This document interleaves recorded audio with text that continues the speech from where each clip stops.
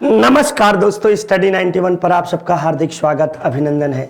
आशा उम्मीद करता हूं कि आप सब स्वस्थ होंगे, मस्त होंगे और अपनी तैयारी निरंतर इसी दिशा में जारी रखे होंगे। तो चलिए, आज बहुत ही भारतीय संविधान का बहुत इम्पोर्टेंट टॉपिक जिसे हम सर्वोच्च न्यायालय के नाम से जानते हैं, आज हम सब सर्वोच्च न्यायालय के विषय में पढ़ेंगे, देखेंगे सर्वोच्च न्यायालय किस तरह की व्यवस्था की गई है। तो ये बातें आप सबको बता दूं कि सर्वोच्च न्यायालय यानी भारतीय संविधान के भाग 5 अनुच्छेद 124 से लेकर 147 तक आपको जो है माननीय सर्वोच्च न्यायालय या न्यायपालिका का या संघीय न्यायपालिका की बात की गई है। संघीय न्यायपालिका इस भारत में एकीकृत न्याय व्यवस्था आपको किया गया है, यानी सर्वोच्च न्यायालय जो है वो सर्वश्रेष्ठ स्थान पर स्थित है। उसके अंतर्गत उच्च न्यायालय एवं अधीनस्थ न्यायालय आपको आते हैं। तो आइए हम सब देखते हैं माननीय सर्वोच्च न्यायालय और उसके अधीनस्थ न्यायालयों के विषय में एवं सर्वोच्च न्यायालय के कौन कौन से अधिकार हैं, उसे परामर्शदात्री अधिकार, पुनर्विचार संबंधी, अभिलेखीय, न्यायिक अधिकार, तो ये सभी आपको जो है अधिकारों के विषय में हम सब चर्चा करेंगे। चलिए, सर्वोच्च न्यायालय के विषय में थोड़ी बहुत बातें की जाती है। ये महाबचत ऑफर है और हमारी संस्था की ओर से कुछ महाबचत ऑफर के तहत ये 1699, इसके पहले एक कोर्स जो है कि 1999 में था और इसे 1699 रुपए में कर दिया गया है। साथ ही साथ यूपी टेट का बैच आपको 999 रुपए में है, आप इसे भी 900 रुपए में, ठीक ना, ये 900 रुपए में है। यूजीसी नेट 900 रुपए में है और एसएससी जीडी आपको 699 रुपए में ये सभी बैच उपलब्ध हैं। आप इन बैचों को परचेज कर सकते हैं और पढ़ सकते हैं। चलिए नेक्स्ट हम सब देखते हैं। ये माननीय सर्वोच्च न्यायालय के विषय में कुछ महत्वपूर्ण बातों को देखा जाए। भारतीय संविधान के तहत न्याय की एकीकृत व्यवस्था की गई है, ये ठीक ना, यानी एकीकृत न्यायालय है। इसका तात्पर्य होता है कि देखिए हमारे संविधान के अनुसार न्याय शंक्वाकार में है, ठीक ना। ये शीर्ष स्थान यहाँ पे जिला एवं सत्र न्यायालय, जिला, यहाँ जिला भी ना करो, न्याय पंचायत की बात की गई है। यहाँ पे आप आओगे तो जिला एवं सत्र न्यायालय, जिला एवं सत्र न्यायालय की बात होगी, ठीक ना। और फिर आपको जो है कि उच्च न्यायालय की बात होगी, उच्च न्यायालय, और फिर आपको जो है सर्वोच्च स्थान पर आपको सर्वोच्च न्यायालय है। कौन सा? आपको सर्वोच्च स्थान पर जो है सर्वोच्च न्यायालय है, यानी उच्चतम स्थान पर आपको सर्वोच्च न्यायालय स्थित है। इस तरह से आप देखिएगा तो उच्च न्यायालयों की संख्या कुल 24 है। तो यहाँ पे कहने का मतलब है कि सर्वोच्च न्यायालय एकीकृत न्याय व्यवस्था है। सर्वोच्च न्यायालय की बातों को है उसके अधीनस्थ न्यायालय फॉलो करने के लिए मजबूर है, ऐसी बातें आपको कही गई हैं। देखिए इनमें आपको जो है शीर्ष पर सर्वोच्च न्यायालय है ना, उसके बाद आपको उच्च न्यायालय है तथा अधीनस्थ न्यायालयों की बात की गई है।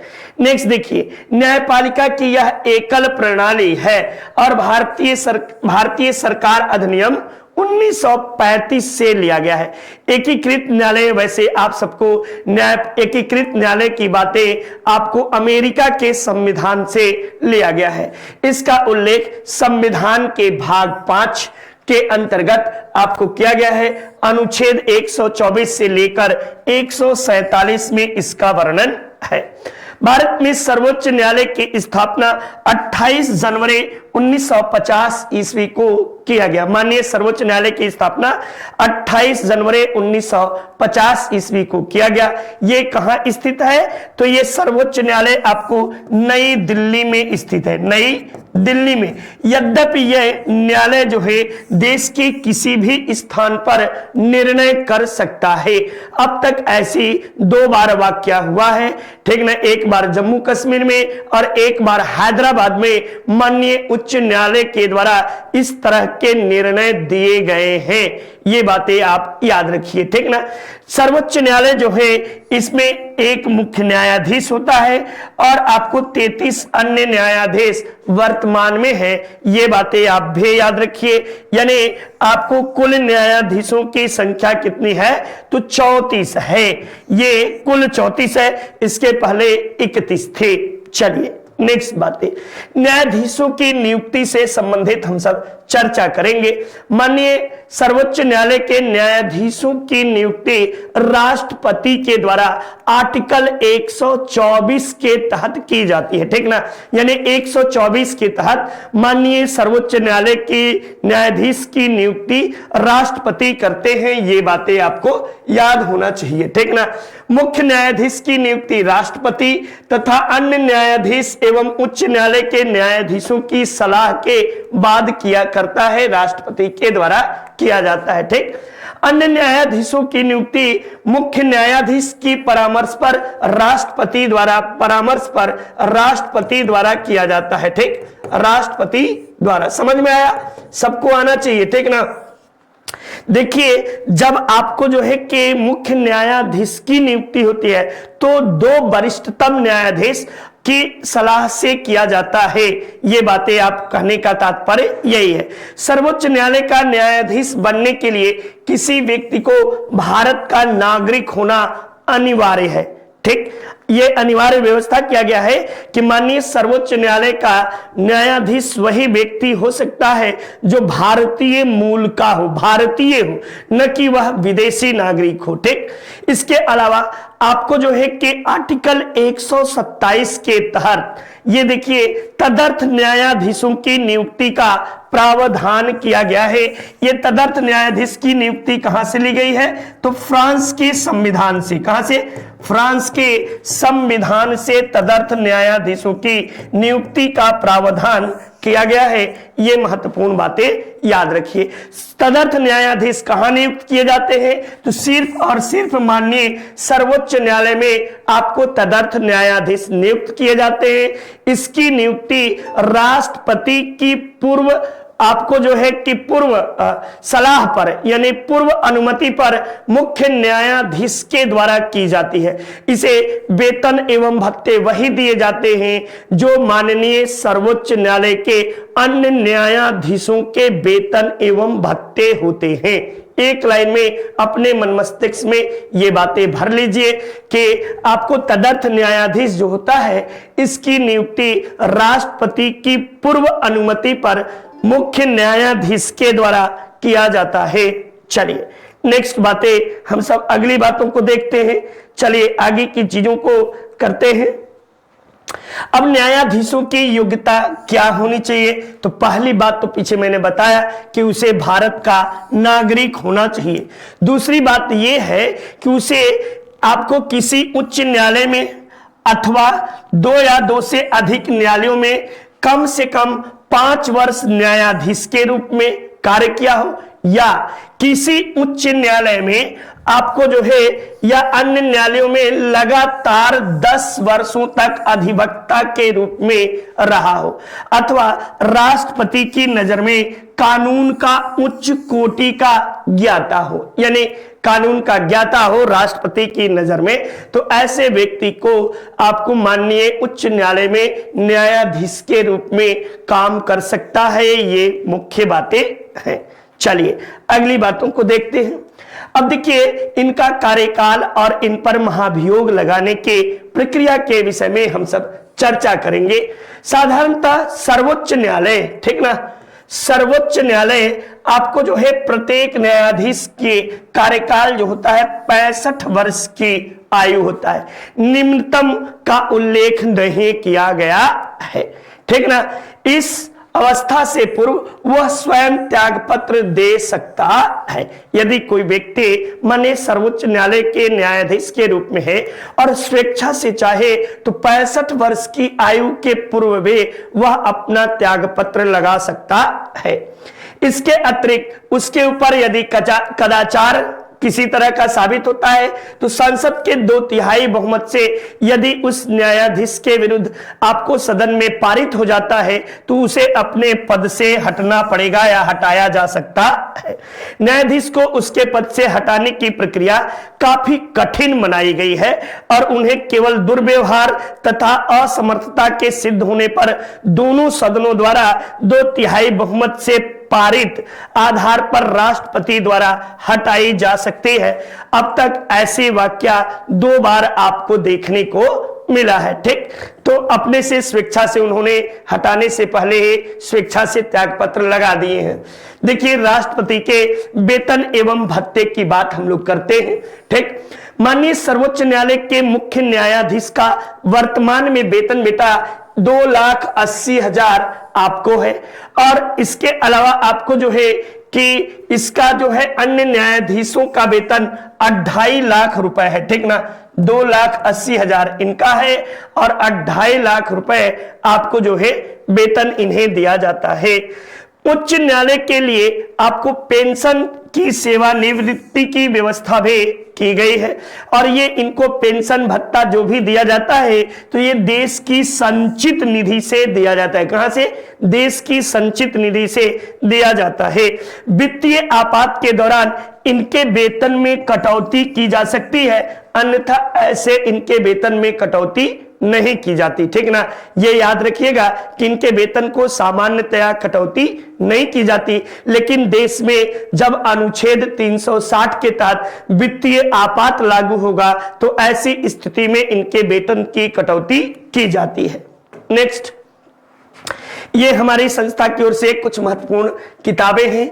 ये अपने हिंदी मात्र 299 रुपए में फ्री ऑफ आपको जो है डिलीवरी, होम डिलीवरी जो है फ्री में मिलेगा। साथ ही साथ आपको वीडियो के 199 में, 350 में पेट कम्बो की बुक, 300 रुपए में आपको पेट की बुक, आरो हिंदी है। ठीक ना, हिंदी आरो की बुक आपको शानदार तरीके से उपलब्ध है। लेखपाल की कम्बो बुक, तो ये सभी हमारी संस्था के द्वारा कुछ महत्वपूर्ण किताबें हैं, आप इसे परचेज कर सकते हैं।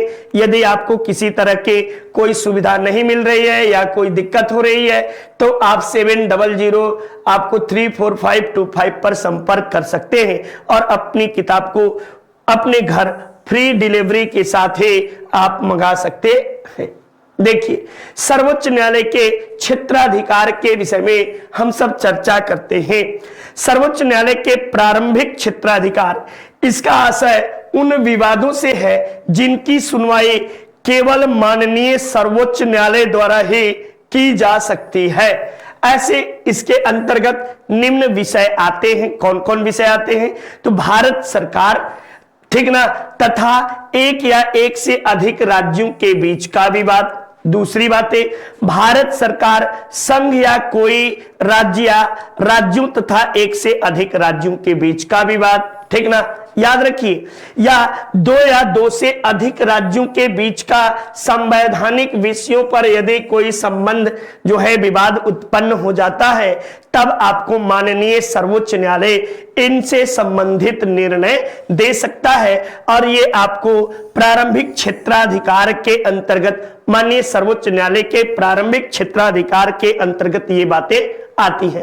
ठीक, न्यायिक पुनर्विलोकन, बहुत ही शानदार सी बातें हैं। न्यायिक पुनर्विलोकन, ये न्यायिक पुनर्विलोकन आपको अमेरिका के संविधान से लिया गया है। कहां से?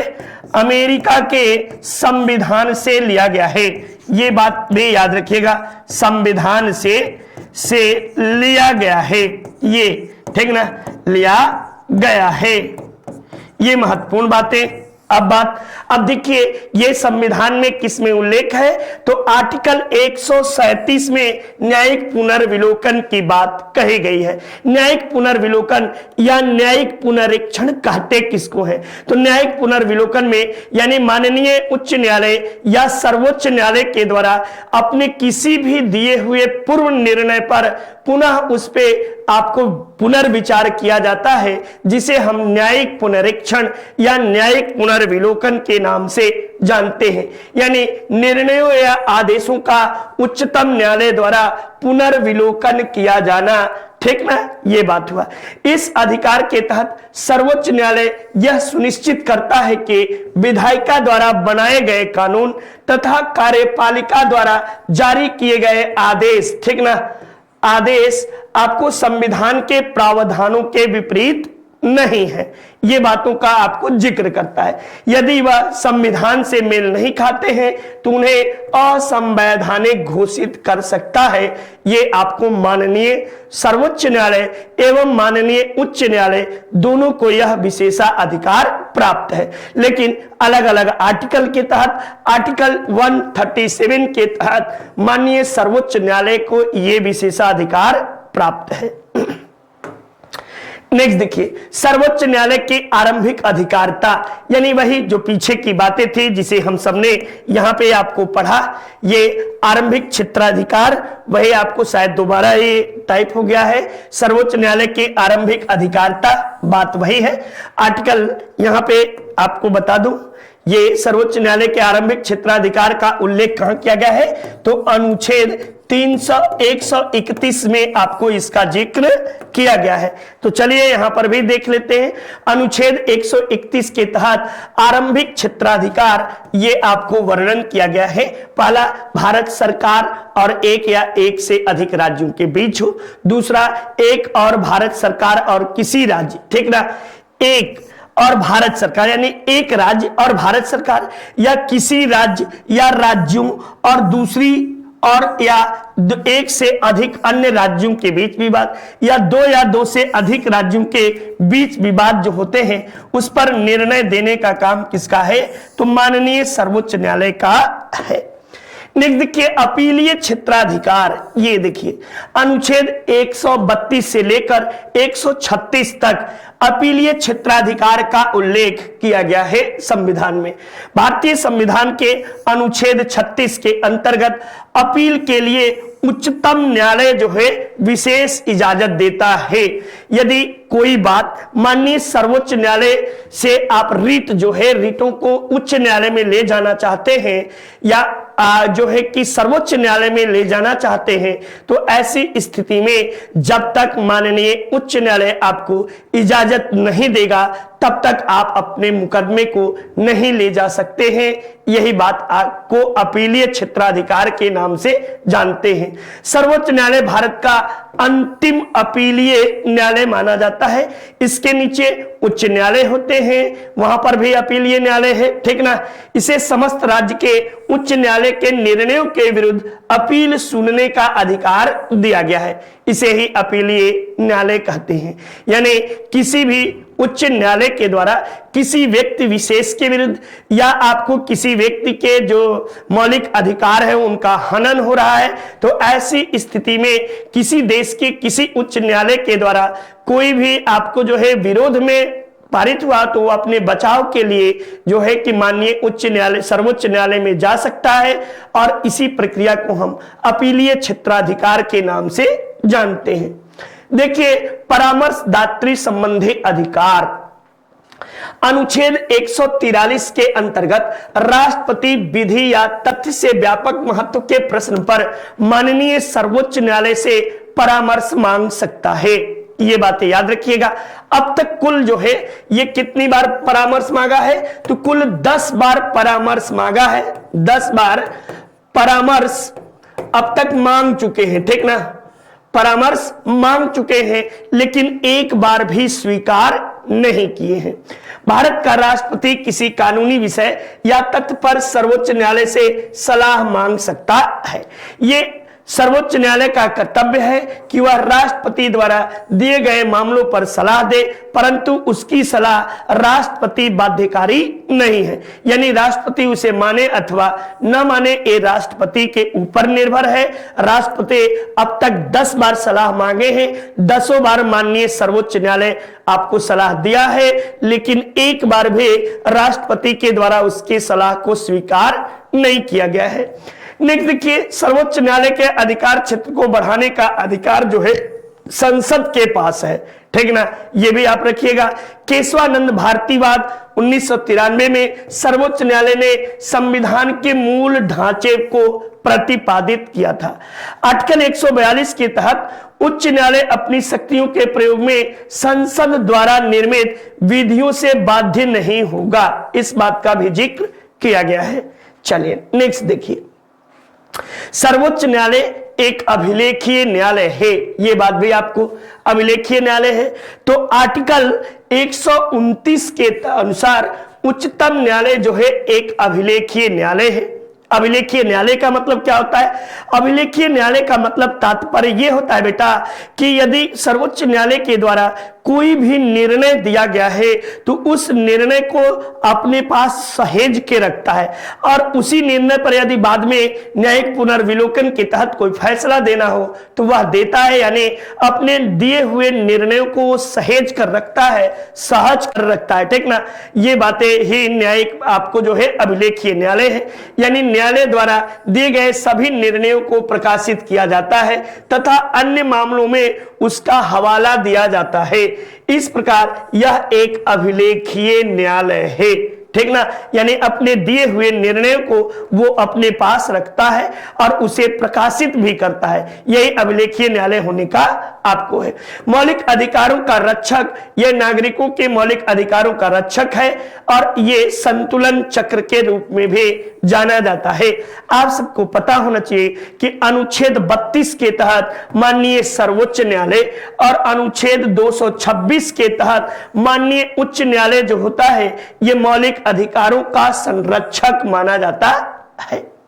नेक्स्ट, ये अपनी Hindi individual bye Nitin sir, शानदार तरीके से नितिन सर के द्वारा पढ़ाया गया है, इसे आप परचेज कर सकते हैं और पढ़ सकते हैं। ये आपको 299 रुपए में, 999 रुपए में ये कोर्स उपलब्ध है। जबरदस्त हिंदी है, ठीक ना, इसे आप पढ़िए और इसका भरपूर लाभ लीजिए। नेक्स्ट, अब देखिए क्वेश्चन को करते हैं। भारत में उच्च न्यायालय का उद्घाटन किस तारीख को किया गया? तो 26 जनवरी 1950 ईस्वी को माननीय सर्वोच्च न्यायालय की स्थापना नई दिल्ली में किया गया, ठीक ना, नई दिल्ली में आपको इसकी स्थापना किया गया। अगले प्रश्न को देखते हैं। भारत के उच्चतम न्यायालय में न्यायाधीशों की संख्या में वृद्धि करने की शक्ति किसमें निहित है? तो ये शक्ति माननीय संसद में निहित है और वर्तमान में कुल न्यायाधीशों की संख्या 33 + 1 बराबर 34 न्यायाधीश हैं। ये बात भी आप याद रखिएगा, ये आप मुख्य रूप से याद रखिए। इसके पहले जो था आपको कितने थे? तो 31 थे, 30 + 1 31। नेक्स्ट देखिए, सर्वोच्च न्यायालय का मुख्य न्यायाधीश अपना पद त्याग सकता है और किसे आपको पत्र लिखता है तो वो राष्ट्रपति को अपना संबोधन करता है। और इसे शपथ कौन दिलाता है? न्यायाधीश को शपथ, तो शपथ भी राष्ट्रपति के द्वारा दिलाया जाता है, शपथ राष्ट्रपति दिलाता है। ये बात भी आपको पता होना चाहिए, याद होना चाहिए। नेक्स्ट देखिए, उच्चतम न्यायालय के न्यायाधीश किस प्रकार से हटाए जाते हैं? तो ये मुख्य न्यायाधीश की इच्छा अनुसार नहीं बेटा, राष्ट्रपति द्वारा नहीं, आपको राष्ट्रपति द्वारा संसद की सिफारिश पर आपको हटाए जाते हैं। किसके द्वारा? तो राष्ट्रपति द्वारा संसद की सिफारिश पर आपको इन्हें हटाया जाता है। ये बात आप याद रखिए, ठीक ना। चलिए नेक्स्ट चलते हैं अगले प्रश्न की ओर। सर्वोच्च न्यायालय में सेवानिवृत्ति की आयु कितनी है? तो न्यायालय में आपको 65 वर्ष की आपको आयु दी गई है और इसके पूर्व भी अपनी स्वेच्छा से आप रिजाइन लगा सकते हैं, इस बात का भी जिक्र किया गया है। नेक्स्ट, उच्च न्यायालय के न्यायाधीशों का वेतन निर्धारण किया जाता है। यह वेतन निर्धारण किया जाता है किसके द्वारा? तो संसद द्वारा। और वेतन कहां से दिया जाता है? तो आपको संचित निधि से। कहां से? संचित निधि से वेतन दिया जाता है, इस बात को भी आपको पता होना चाहिए। चलिए नेक्स्ट देखते हैं।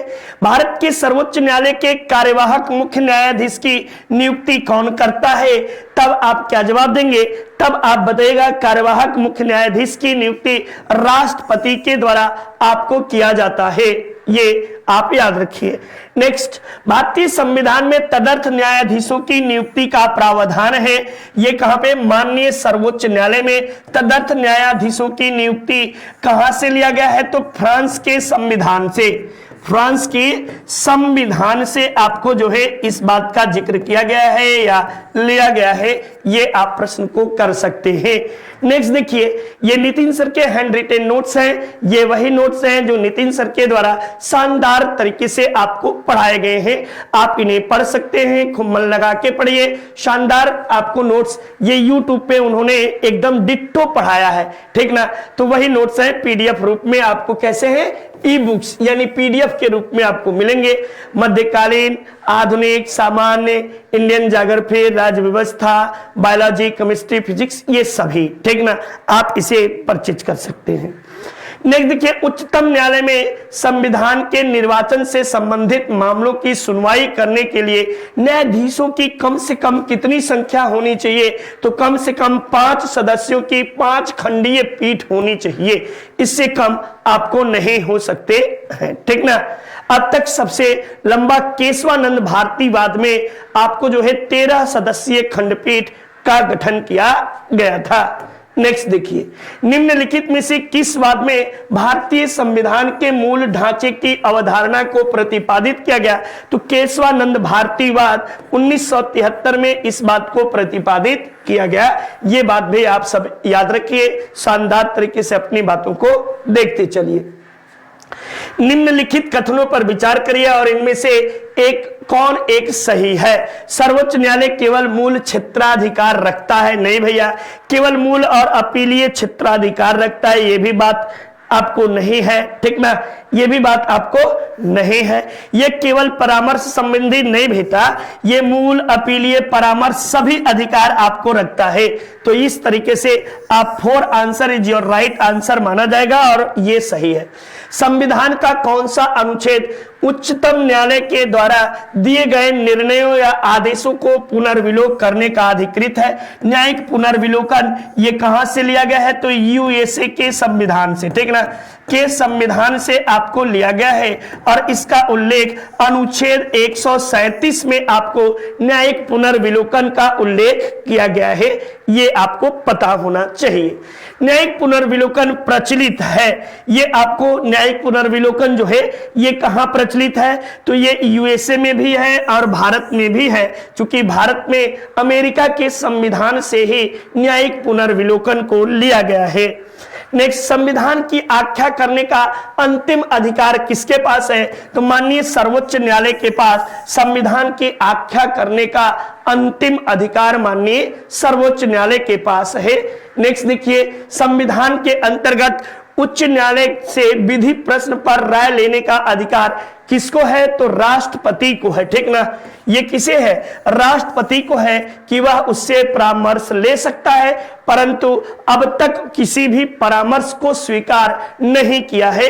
ये बात भी आप याद रखिएगा, किसी तरह के कोई परामर्श को स्वीकार नहीं किया गया है। तो इस तरीके से शानदार तरीके से आप सबने मात्र आपको आधे घंटे के भीतर महत्वपूर्ण संविधान सर्वोच्च न्यायालय जैसे महत्वपूर्ण टॉपिक को कवर किया। आशा उम्मीद करता हूं कि आप सबको बेहतर तरीके से समझ में आई होगी और यही आयोग के द्वारा प्रश्न पूछे गए हैं। तो चलिए, शानदार श्रृंखला के साथ जुड़ने के लिए आप सबको तहे दिल से शुक्रिया। नमस्कार, जय हिंद, जय भारत।